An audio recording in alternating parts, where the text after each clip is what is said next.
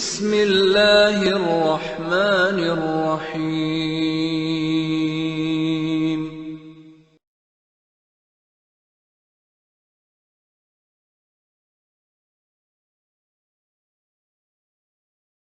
فضل سی حمد و ثنا کے بعد قابل احترام بزرگوں، نوجوان ساتھیوں، پس پردہ سننے والے اسلامی ماں اور بہنوں، یہ اللہ رب العالمین کا بے انتہا فضل ہے کہ اللہ رب العالمین نے مجھے اور آپ کو اپنی بندگی کے لیے جمع ہونے کی توفیق نصیب فرمائی۔ یقیناً قابل مبارکباد ہے ہم جو اللہ کی بندگی کے لیے جمع ہوئے، اس لیے کہ اس روئے زمین پر اللہ نے ان گنت مخلوقات کو پیدا کر دیا، اس میں سے بنی نوع انسان کو بھی بڑی کثیر تعداد میں پھیلا دیا۔ اس کے باوجود بھی اللہ کی بندگی کے لیے وہی اللہ کے گھر میں پہنچ پایا جس کو اللہ نے توفیق دی، اور یہ توفیق بغیر کسی مانگے کے ملنے والی نہیں ہے۔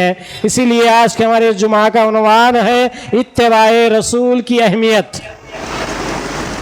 انسان دنیا میں چلنے پھرنے کے قابل ہوتا ہے، اسے کسی کی رہبری کی، اسے کسی کے پیچھے پیچھے چلنے کی یا اسے کسی کو دیکھنے کی ضرورت پڑتی ہے، تبھی وہ اپنے اندر وہ صلاحیتیں پیدا کر سکتا ہے، وہ اپنے اندر وہ چیزیں اپنا سکتا ہے جو اس کی زندگی کی ضروریات ہیں۔